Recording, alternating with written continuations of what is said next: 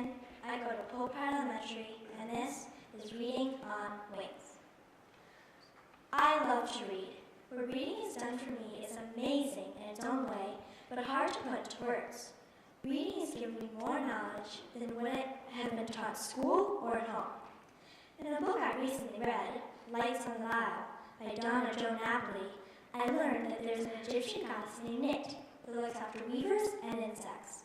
I learned that in ancient Egypt, slaves did a lot of labor, like weaving and metalwork. In history, slaves and other people, such as low-class laborers, weren't allowed to learn to read.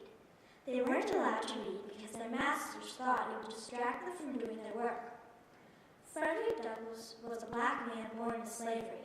His owner's wife taught Frederick to read. Reading was Frederick's first escape.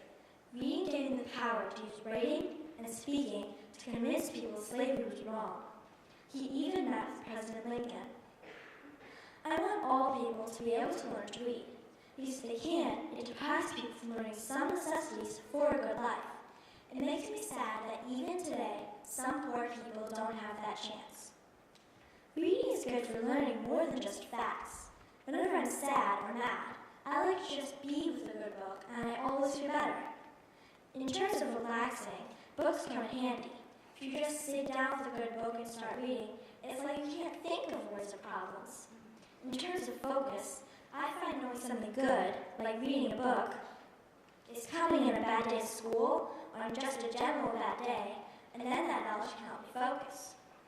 If more people in the world read, it could give everyone more opportunities. It can also help them learn life skills. In getting into college, getting a job, and pretty much anything else in life, these come in handy. For example, in a book called Revenge of the Flower Girls by Jennifer Ziegler, a set of triplets wanted to stop their sister's wedding. However, once they had a little talk with their fiancé, they understood him better. I learned that sometimes, if you judge a person without getting to know them, you can be surprised. Anyway, where was I? Yes. Also, reading can just be a refuge. If you're tired and want to relax, it helps to find a quiet space and start reading a great book.